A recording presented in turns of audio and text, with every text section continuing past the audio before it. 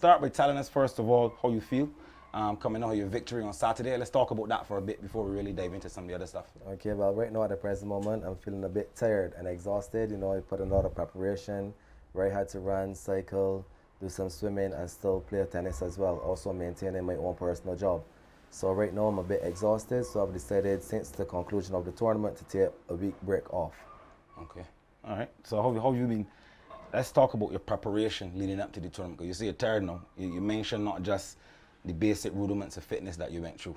You're talking about multiple sporting disciplines. Correct, So multiple sporting disciplines. Tell me about that. Okay, well, for me at the beginning of the tournament, not being able to compete for the last 2.5 years because of the pandemic and COVID and stuff like that, I went up to the weight of 187. So normally I compete at 150.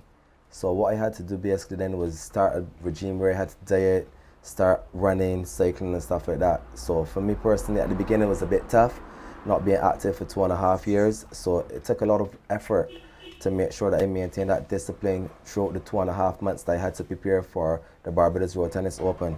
So in the beginning it was a bit tough. Sometimes, I fell off the discipline chart somewhat, but getting back on the chart, being the kind of person I am and always want to give off my best, I made sure to continue that regime for the 2.5 months that I had to prepare for the tournament. All right. So like I said earlier, we're here in the community of Brandons.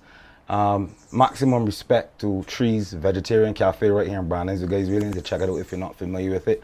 I want you to talk to me about growing up in this community, road tennis. How did you become a road tennis player? Okay, well, as I said, we are here in Brandons, and by, let's say, the 2nd Avenue, there's a lady that once lived through there by the name of Deborah. She once had a court in front of her house. She's no longer in Brandons now, but still a community person, comes through from time to time. I started off playing road tennis there from the tender age of, let's say, 7, 8. Never really taken it up too serious, but as a youngster, you take part in multiple disciplines, whether it's football, running, track and field, that kind of stuff. But my professional career started off when Screws, the other shop over the other side, started off and put a court right in front of the shop. I started to play road tennis then, but being a person that always want to go to the top, sometimes when I'm there sitting by the court, there's no one to play. So what I did, then I started venturing off, going into different communities where I know are road tennis communities, like for instance, like the Dayton Power Road facility, which is based in Bush Hall Yard Gap, right, where the guys play tennis 7 days a week, morning, noon, and night. I started training by going in Bush Hall, also Belfield, where we have the Nightingale home, also going to the ADC, where it's in Harbour Road. Mm-hmm. So for me personally, play tennis, like the amount of hours that I have put into road tennis, let me tell you, it accumulates to, let's say, 40 years. Wow. That's how hard I train. Yeah. Sometimes I train like 20, 15 hours per day. Only thing else apart from that I did was sleep, because at that point in time I was basically a professional road tennis player. Okay, give me an idea, Venom, into what road tennis really is. It's an indigenous sport. There's some people who would say, why train so hard for what people think is just a pastime? How do you explain the sport of road tennis in terms of it being exportable, in terms of it being something that we can create a semi-professional, a dynamic here in Barbados and the region? Okay, well, for me personally, as I always say, road tennis is and was a life-changing experience to me, because basically I came out of a family where, they're business-oriented and stuff like that, but then I ventured off into sports. So it's like I had my own identity, apart from my parents and stuff like that, where my first major tournament, which would have been in 2009, which would be the Rackets of Fire, and I won that tournament, accumulating some money, funds and stuff like that. And I said, you know what, hey, Venom, you can make a living or a start from playing this sport. So it also gave me the opportunity not only to accumulate money, but as you saw recently, touring to Dubai, throughout the region, St. Vincent, Trinidad, just to name a few, it has its benefits and opportunities. So I decided then to make a living from playing road tennis and becoming that full-time professional road tennis player. Okay, what do you say to the 11 plus exam would have finished recently? A lot of kids got back the results and so on. What do you say to parents who sometimes think that sports is a hindrance to the academic development of their child? Would you encourage parents to get the children involved into road tennis? Yeah, of course. I would encourage parents to get their children involved into road tennis, because for me, I was always one that was academically challenged. because growing up through, let's say, let's start from secondary, Ellerslie Secondary, right? It was always like the fastest boy in school, vice captain of Ellerslie, also vice captain in football as well, under the former cricket captain, Barbados captain Kevin Stout. I was the vice president for the cricket team. But when it came, that was always practical, but when it came to the academical side of things, I always struggled.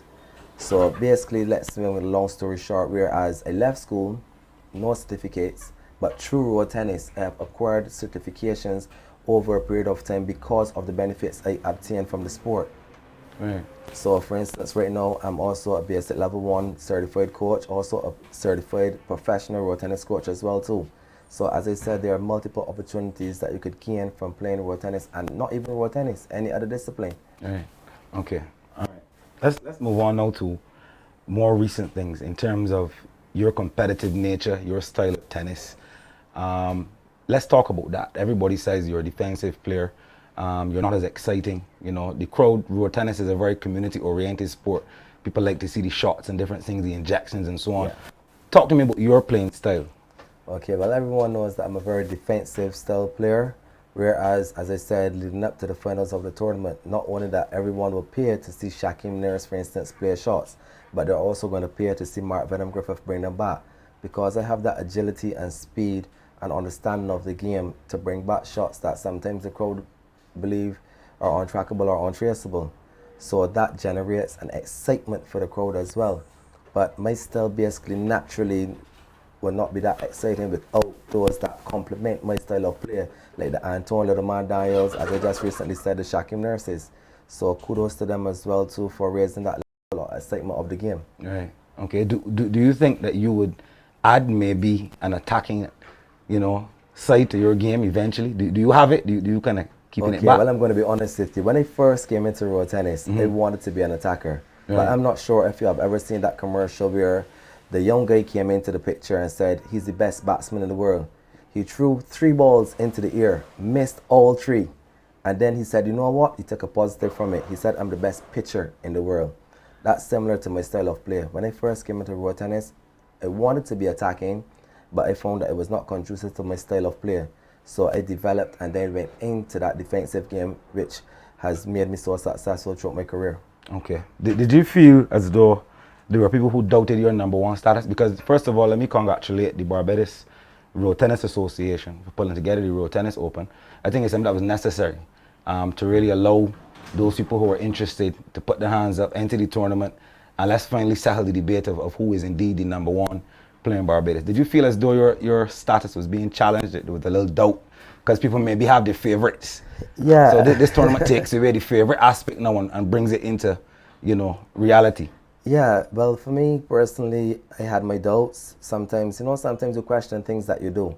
And over the years, I've successfully proven myself to be the #1 player. But this time around, with Shaquem being the younger player, and he has been the most dominant player for the last 2.5 years, basically winning all the other tournaments that the top 3 players have been absent from. Right. So sometimes even running through my community, Deacons Farm, Brandon, sometimes you would have the crowd support and people saying throughout the community, yeah, champ, I got you with this one. And then you would have the others saying, man, Shaquem can beat you. Everyone will have their supporters and their hailers, regardless to whoever you are. But coming up to the tournament, yes, sometimes I question myself when I fall off that discipline chart. Then there are other times that I said, you know what, Venom, you are the #1 player. Show the world, whenever this finals come, if it does come off, that you are the #1 player in the world. And that kept me going on. And also my support cast, my dad, Emerson King, Alfonso Lashley, the people within my own district and my community are also my inspiration and my motivation to keep on doing what I'm doing. Because even now when I operate my taxi, there are guys that say, you got this, champ. I support you, I back you, and that also means a lot to me as well too. Because I don't only play for myself, but I also play for them as well too. Right. Okay, I want to talk to you now. If you had to give the Road Tennis Association any form of advice, so let's say what do you personally, as a player, as a professional player in Barbados currently, what do you want to see for the development of road tennis in Barbados? Okay, well, what I would really love to see right now at this present moment is more coaches going into the schools, because right now we only have 1 certified coach at the National Sports Council. It will mean a lot to me to see more players or coaches being certified in this discipline of road tennis, because as I said, for me, road tennis was and is a life-changing experience. So I could personally guarantee you that there are juniors that may not be that strong academically, but road tennis would help them not only to become stronger individuals and build character, but also go back and do their academical strengths as well too. Because look at me, for instance, I'm a living proof and example that it's never too late. You could also become certified even though you may have left school and then obtain any certificates at that point in time. And through road tennis, I was able to obtain those certificates as well. So I owe a lot to the sport. So anytime schools or students or any parents call and ask for my assistance or my contribution to whatever the case may be, I'm always willing to give up my time. That is a fact. And let me take this time now to thank you publicly for the work you did in St. John.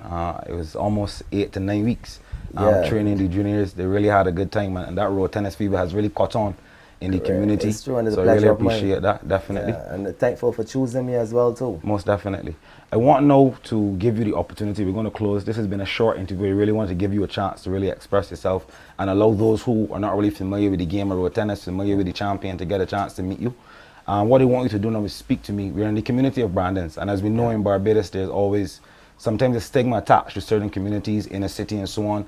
And you know, I believe that the only place you find gold and minerals and these things is really on the ground. And there's always a living testament to that. So I want you to speak to young men in Barbados. There's some people who are concerned about the path that young people are going down. But like I said, there's not all negative in Barbados. It's often what we choose to focus the lens on, so to speak. So do that for me, if you don't mind. Speak to young men in Barbados about the opportunities that may be available in sport. How can we keep our young men and young women on a positive path? Okay, to be honest, like for me, as I always say, I'm living testimony of one of those individuals coming from a community where, as you said, may have that type of stigma of violence or whatever the case may be, that was a diamond in the rough. So you always have the opportunity where you choose your own path.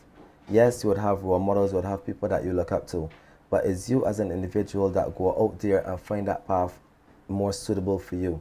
So like when I go to my community, there are kids that will say, Venom, man, we need some rackets, we need some balls.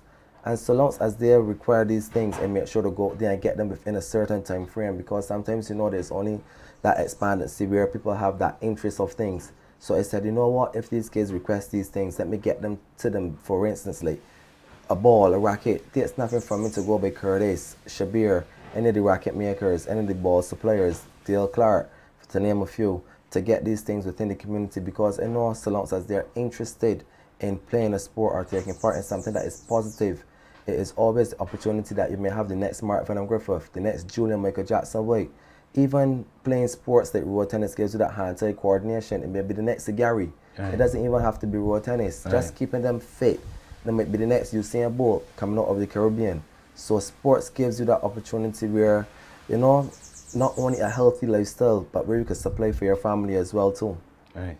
Okay. Thanks a lot, Venom. I really appreciate you taking your time to come and speak to the public. I want you guys to just stay tuned.